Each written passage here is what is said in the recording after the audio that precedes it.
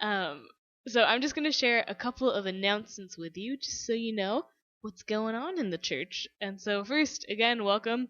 If you're new here, then we have something for you at the back. And so come find us at the back because we want to welcome you officially.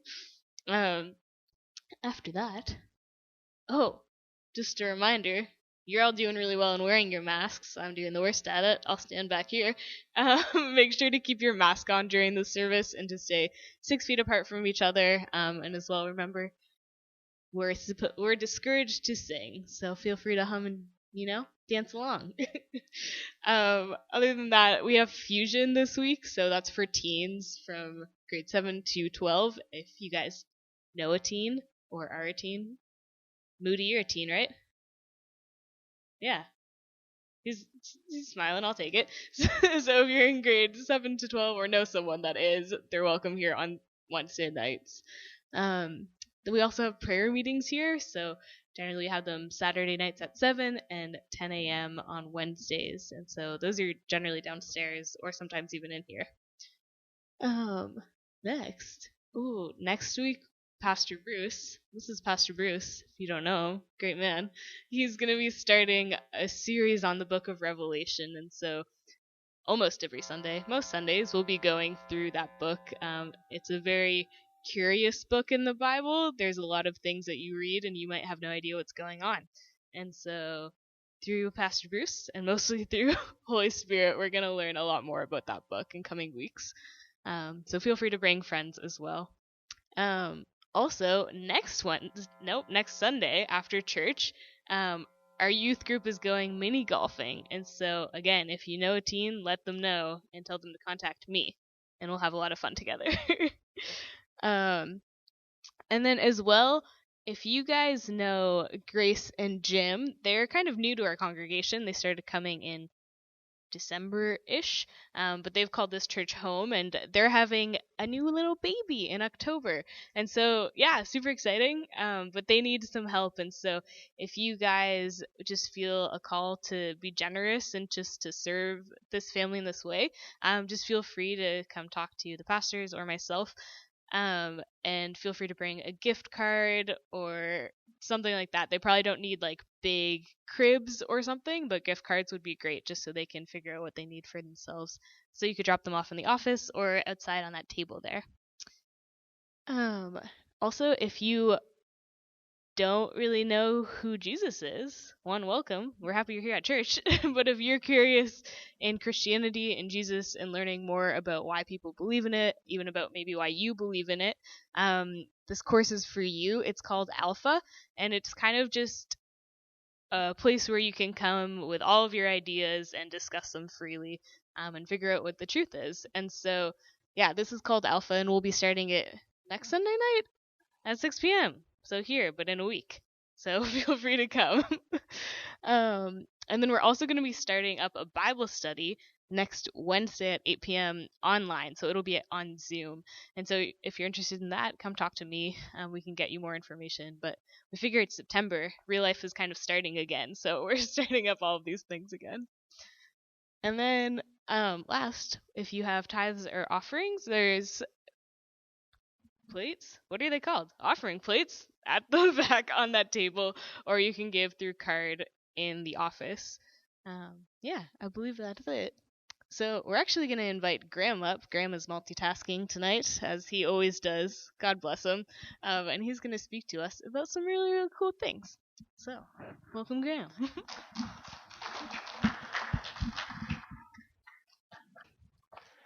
Okay, good evening, everybody. It's good to be sharing with you tonight. I always enjoy when I can bring the word on a Sunday, so I'm glad to see you here. Just glad that we can gather here again. Tonight we're going to be looking at several passages from the book of Daniel. And this is a book about a man who thrived in a land that was not his home. He was a young man, probably only about a teenager, living in one of the noble houses in Jerusalem. And when Nebuchadnezzar, the king of Babylon, conquered Jerusalem in 605 BC, the people were taken into captivity, including Daniel and several of his friends. And even in a godless place like Babylon, we see Daniel exalting God and rising in favor and authority. And all throughout the book, we see that God is very active in dreams and visions, revelations, and miracles. So we're going to start in chapter 1. It says, Then the king commanded Ashpenaz, his chief eunuch, to bring youths without blemish, of good appearance, and skillful in all wisdom, endowed with knowledge, understanding, learning, and competent to stand in the king's palace, and to teach them the literature and language of the Chaldeans. The king assigned them a daily portion of the food that the king ate, and of the wine that he drank. Among these were Daniel, Hananiah, Mishael, and Azariah of the tribe of Judah.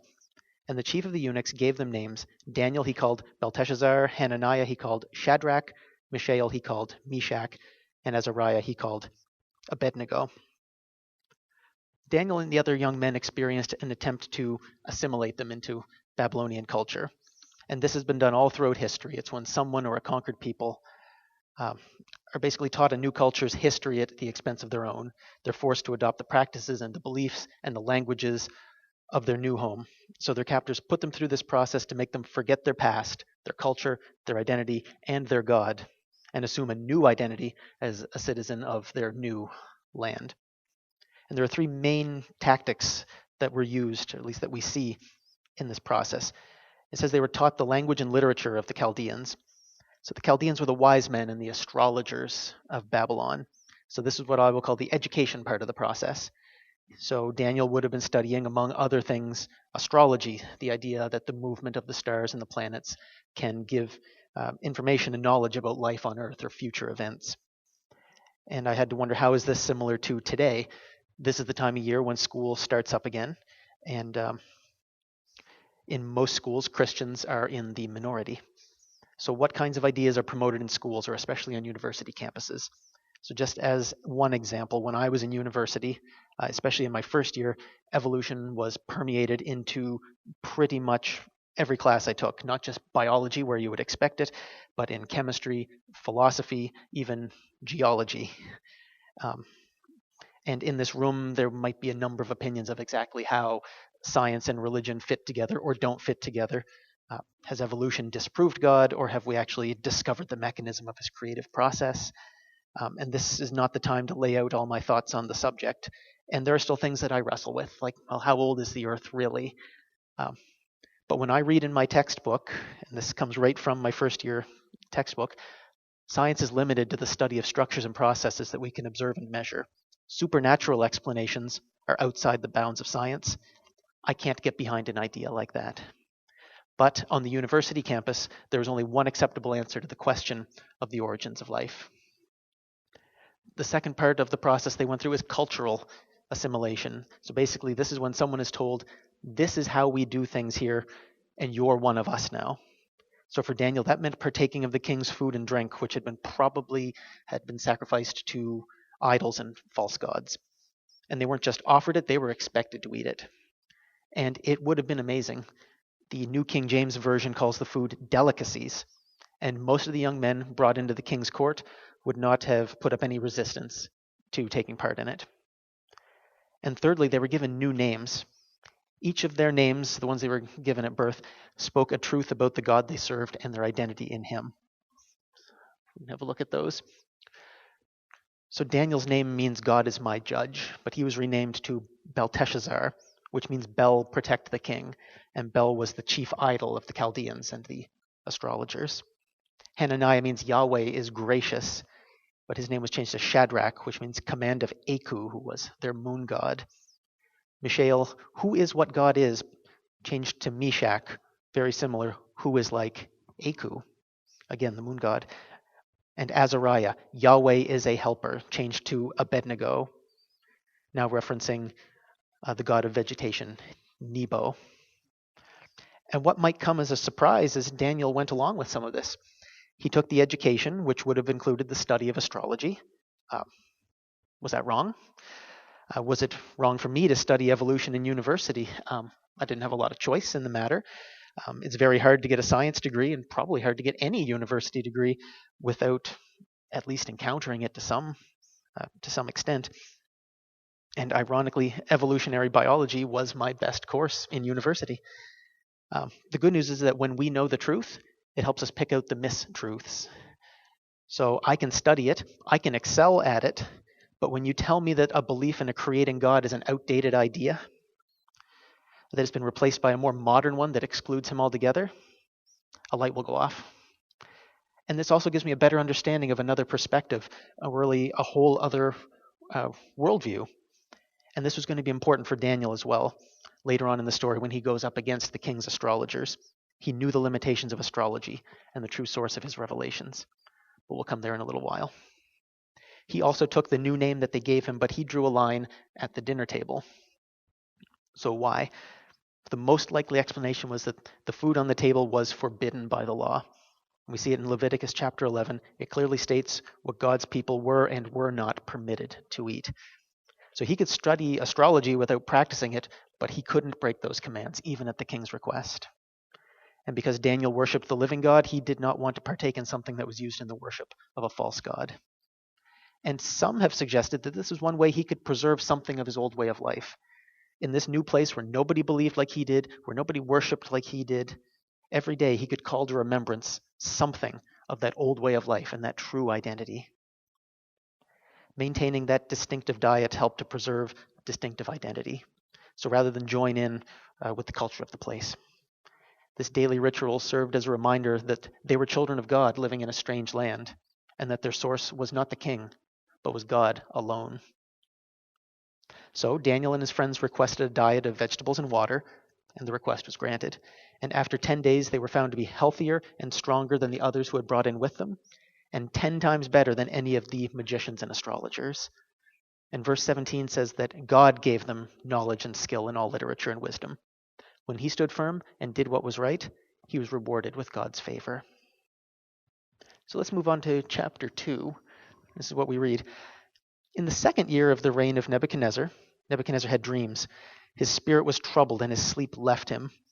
Then the king commanded that the magicians, the enchanters, the sorcerers, and the Chaldeans be summoned to tell the king his dreams. So they came in and stood before the king, and the king said to them, I had a dream, and my spirit is troubled to know the dream. Then the Chaldeans said to the king in Aramaic, O king, live forever. Tell your servants the dream, and we will show you the interpretation. The king answered and said to the Chaldeans, The word from me is firm. If you do not make known to me the dream and its interpretation, you shall be torn limb from limb, and your houses shall be laid in ruins.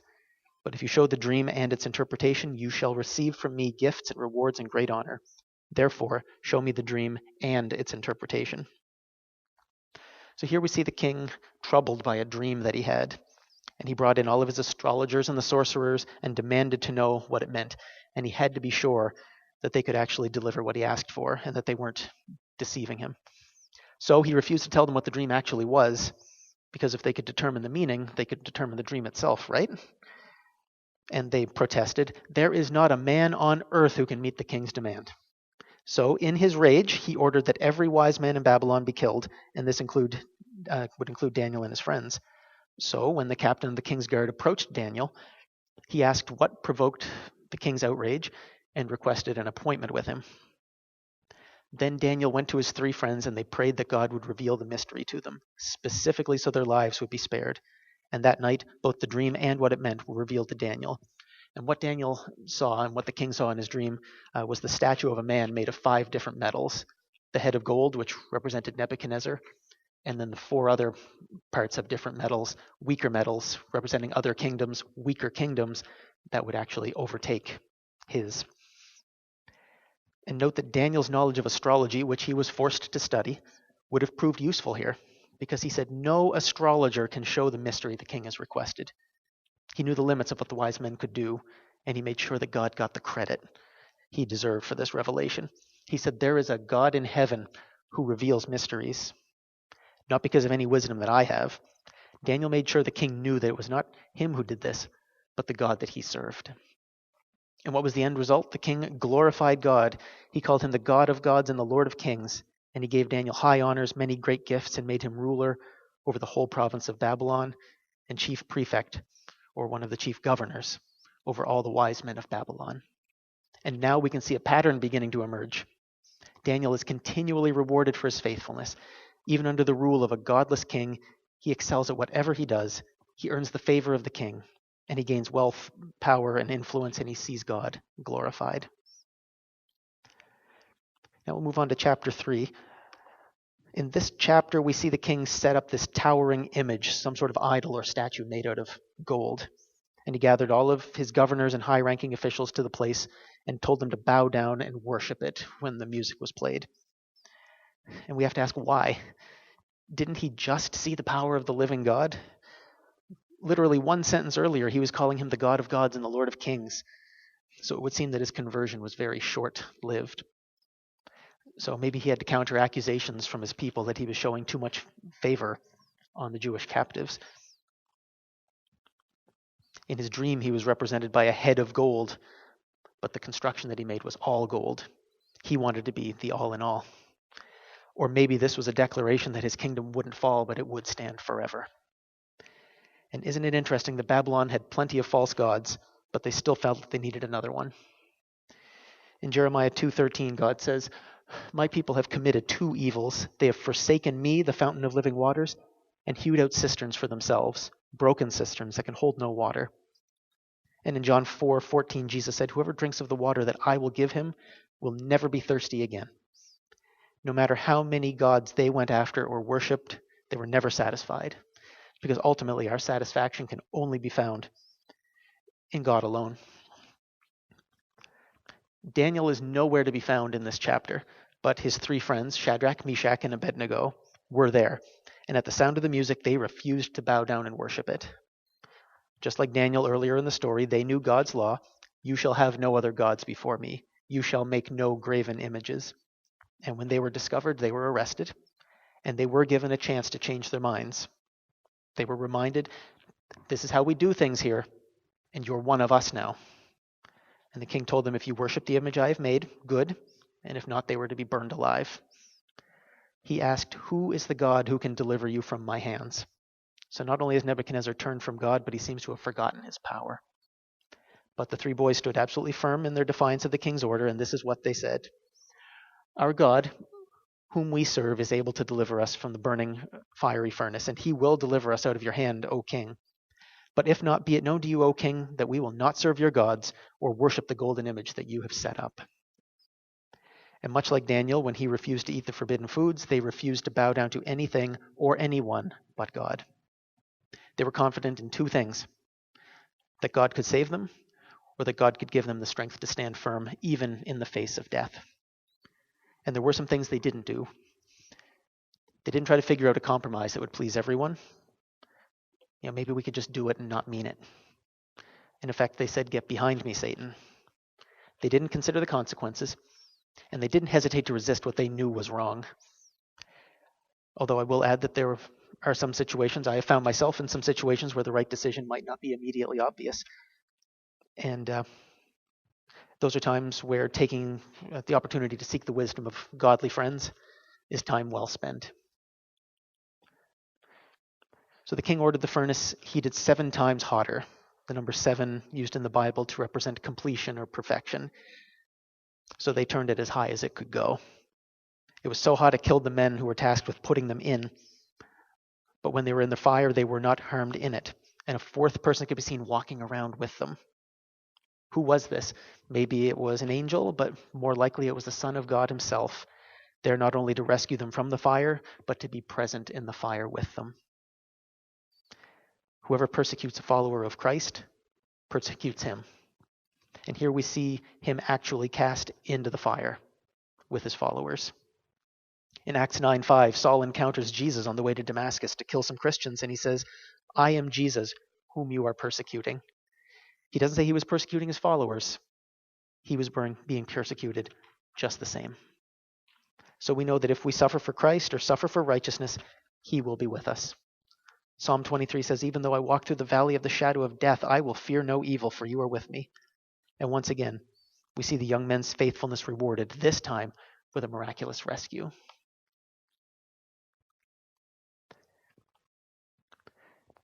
In chapter 4, we move ahead 20 years. Nebuchadnezzar is dead, and Belshazzar is now the king of Babylon. And during a drunken feast, a hand appeared and wrote something on the wall, and like Nebuchadnezzar before him, summoned all the magicians and the sorcerers, but none could interpret what the hand had written. The queen told the king about a man who had an excellent spirit, knowledge and understanding, and was able to interpret dreams and solve riddles. Daniel now had a reputation for his ability to interpret mysterious things like this, so the king brought him in. And even though it was a very grim interpretation, the kingdom was to be conquered because of Belshazzar's pride and contempt for the things of God. He rewarded Daniel anyway, and says that he was given a robe, a chain of gold, and promoted to the third highest ruler in the kingdom. So again, we see Daniel receive God's favor, gaining even more authority. And if you remember from last week, we learned that Babylon was defeated, and it actually happened later that night. So after Babylon has been defeated, a new king named Darius is now in charge. But he seems to have kept Daniel in that newly promoted position. And it says, because of Daniel's excellent spirit, the king considered putting him in charge over the entire realm. So now the other rulers were becoming jealous of him because he just keeps rising higher and higher in authority. And they tried to find a way to accuse him, but he was found to be faithful, and they couldn't find any fault in him. 1 Timothy 3:2 says that a leader, specifically a church leader, but a leader should be above reproach, which means not only can no one make an accusation against you, but even if someone did, no one would even consider it to be true. The only accusation they'd be able to make would be in relation to his faithfulness. So they asked the king to make a law forbidding anyone to pray to any god or to any man but him for 30 days. So why might he go along with this? Ancient kings in that part of the world were worshipped as gods, and some of them had very low views of the gods they served, so they had no problem being worshipped instead of them or above them. And he probably liked the idea of being the sole mediator between men and the gods. So whatever his reason was for agreeing to the plan, we read that once the law had been signed, it couldn't be changed, or if it could, it would be very difficult, and it would make the king look politically weak. So when Daniel learned about the new law, we read that he went to his house where he had windows in his upper chamber open toward Jerusalem. He got down on his knees 3 times a day and prayed and gave thanks before his God, as he had done previously. He didn't put on some show of defiance. He didn't do that to make any sort of statement. He just continued with the routine he had followed since he was a young man. And this made it very easy for his enemies to catch him in the act. They knew exactly when they would find him praying. So why did he do it the way he did? He did have other options. Why not go into hiding? Why not pray when no one will be looking? Why not go pray in the woods? Why not go to the basement instead of the window? Or just why not obscure who he was praying to? Mumble it, or just don't make it obvious who you're praying to. It was probably because he was well known as a man dedicated to prayer. He was a man who consulted God on all matters. So yes, he could continue praying in secret, and he would still be Daniel, and God would still be God, but it would change whatever others thought of his relationship to God, and he refused to compromise that public testimony. Or why not just stop for a little while? After all, it was only for a month. Jesus fasted for 40 days. Surely he could go 30 days without prayer. And surely he could do more for God and for his people alive than he could dead. But no, he couldn't possibly go for a month without it. We can't save up our prayer and hibernate on it later. God knows that we need daily communion with him, so we're told to ask for daily bread. We can't go for days or weeks at a time on daily bread. And note that he frequently operated in the miraculous, and he lived in an abundance of God's favor. And I'm willing to make a connection between his regular, disciplined prayer life, his close fellowship with God, and how often he saw God moving mightily in his life. So for Daniel, we might say that not praying was a worse prospect than being eaten by lions. Would we die before not praying? Matthew Henry wrote this about prayer. He said, "We could not live a day without God, and can men live 30 days without prayer? Yet it is to be feared that those who, without any decree forbidding them, present no hearty, serious petitions to God for more than 30 days together, are far more numerous than those who serve him continually with humble, thankful hearts." And I was very convicted when I read that. And sometimes I think we need to be reminded of this, and I know that I need to be reminded of this. Prayer is probably the easiest thing to let slip when things get busy because I have no time, or when things are going well because I have no need. What do we want to see happen? Do we want to see miracles? Do we want to see God move in our lives and in the lives of our friends? Well, then we need to be praying. When Shadrach, Meshach, and Abednego were standing up to the king, Daniel is mentioned nowhere in that story. And I'm just speculating, but we read that it was his daily routine to pray by his window facing Jerusalem. So is it possible that while they were facing death in the fiery furnace, he was home by the window facing Jerusalem, praying for his friends, knowing exactly where they would be and what they would be facing that day? And much like Daniel, we live in a world where we're going to face temptations, and we're going to be asked or even expected to compromise. And if we hope to stand in those trials and in those situations, we need to be well fed on the word and in regular prayer. So when the conspirators told the king what Daniel had done, he was greatly distressed. And they reminded him that he had signed the law and that it couldn't be undone. And it says that he labored until the sun went down to rescue him. He pleaded with them until the end of the day not to proceed with their plan. But he finally relented and had Daniel fed to the lions. And the king told him, "May your God, whom you serve continually, deliver you," right before putting him into the den. He then spent the night unable to eat or sleep. So Daniel and King Darius, which of them was content with their decision? Who was able to sleep that night? Which of them was wishing for a second chance? And we'll just stop here for a moment. It's likely that most people in the room know how the story ends. But let's just consider one very important fact, is that at this point, Daniel doesn't know anything past chapter 6, verse 17. We get to read the story after the fact. He doesn't know what the outcome is going to be. Maybe God will miraculously rescue him. Maybe he's about to walk the path of martyrdom. He wouldn't be the first, and he certainly wouldn't be the last. So what was going through his mind? It was probably a lot like what was going through the minds of his three friends when they were going to be thrown into the furnace. God will rescue us, but he might not. Here's what they said. Our God is able to deliver us from the burning fiery furnace, and he will deliver us out of your hand, O king. But if not, be it known to you, O king, that we will not serve your gods. They had absolute confidence, but it came with a disclaimer. Our God can and he will, but he might not. And have you ever faced a situation, or are you facing a situation now where you're sure God is going to break through for you, except he might not? Or maybe it just feels like a waiting game. David did in Psalm 13.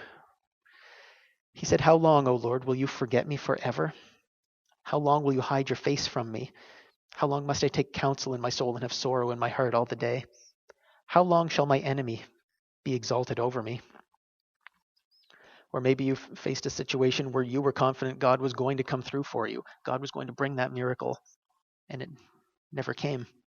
So instead of deliverance, there was only disappointment or defeat or death. I've been there, and it can leave you disillusioned. It can leave you asking, God, where were you?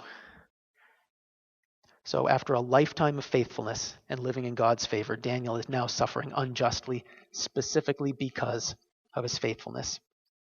Have you ever asked, didn't I do everything right?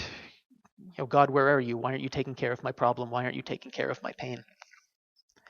And as I was putting this together, I found the story of a man named Don who missed out on a promotion at his workplace, specifically because of his faith. Maybe he was a little too open about it, or maybe he was seen as intolerant. And afterwards, in light of that disappointment, he asked his pastor, what was the point of following God? And his answer was that God wasn't worth following because he will get you promoted. He's worth following because he is God. And you know what? I could pick little bits out of this book and paint two very different pictures. I could point to God's people in captivity in a foreign land, the faithful being tempted and being persecuted and being sent to slaughter. Or we could look at Daniel and his friends living in God's favor, being promoted to positions of authority and gaining great wealth and seeing miracles. It's very easy to think that God is great when things are going great, and he's off to the side when things are going wrong. Our circumstances are not a barometer of our blessing. Our circumstances change like crazy, but God never changes. We don't know what good is going to come of our circumstances and what's happening around us. We don't know what God is going to do through them. But what we do know is God is faithful. He promises that he will never leave us or he will never forsake us, even if it might feel that way. God's past faithfulness guarantees his present and future faithfulness. And that is something that I've learned over the years, and it's something that I am very strongly convinced of. God has been faithful, therefore, God will be faithful. So, what should we take away from all this? First is that we need a firm persuasion of the truth. We need to know what's right and stand by it with confidence. We have a source of strength that allows us to live for God in a counter kingdom world. Second, we need to be people of prayer. We can't go long without it, and Daniel shows us the importance of it for strength, for wisdom, and for the people around us. And the way the story ends, at least this part of the story, when the king went to check on Daniel in the morning, he was still very much alive. And this is what he said, "O king, live forever. My God sent his angel and shut the lions' mouths, and they have not harmed me, because I was found blameless before him." Then the king was exceedingly glad and commanded that Daniel be taken up out of the den. And in the second half of the book, he continued to receive dreams and visions about future events. And toward the end of his life, he wrote the book that we're reading from today. So as a young man, as a teenager, Daniel was taken away from his home, and he was asked to leave everything behind. He trusted God, but he couldn't have been happy about the situation. But now, as an old man, he looked back on his life, and this is what he wrote, very first sentence of the book. "In the 3rd year of the reign of Jehoiakim, king of Judah, Nebuchadnezzar, king of Babylon, came to Jerusalem and besieged it. And the Lord gave Jehoiakim, king of Judah, into his hand." It says the Lord gave the king of Judah into Nebuchadnezzar's hand. He can look back right to the start. He can look back all the way over his life and see God's hand at work. Also, the 10 Commandments begins like this, not with a commandment, but with a reminder. "I am the Lord your God, who brought you out of the land of Egypt, out of the house of slavery. 1, you shall have no other gods before me." So it begins with a reminder of what God has done for his people. So the third and final thing we should take away from this is that God is faithful. So we shouldn't just look to God when we're going through a trial, but we should look for him when we're not. Have you seen a miracle in the past?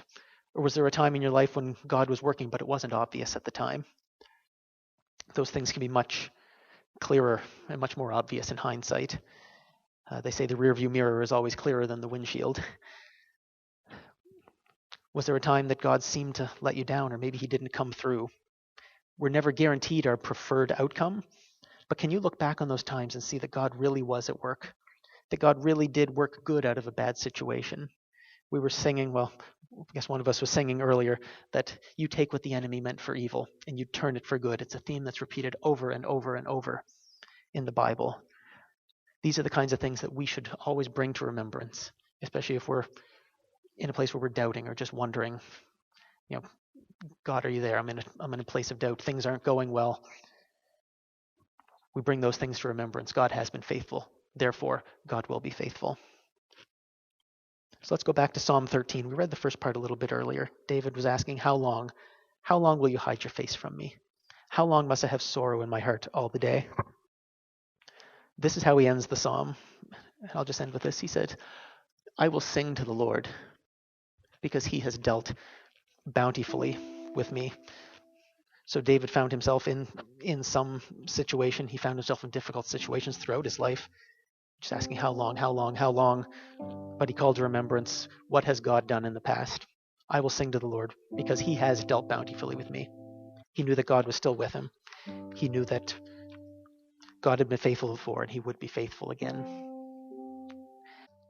I snuck in there after Graham had already started, but I was here this morning, so I heard this message.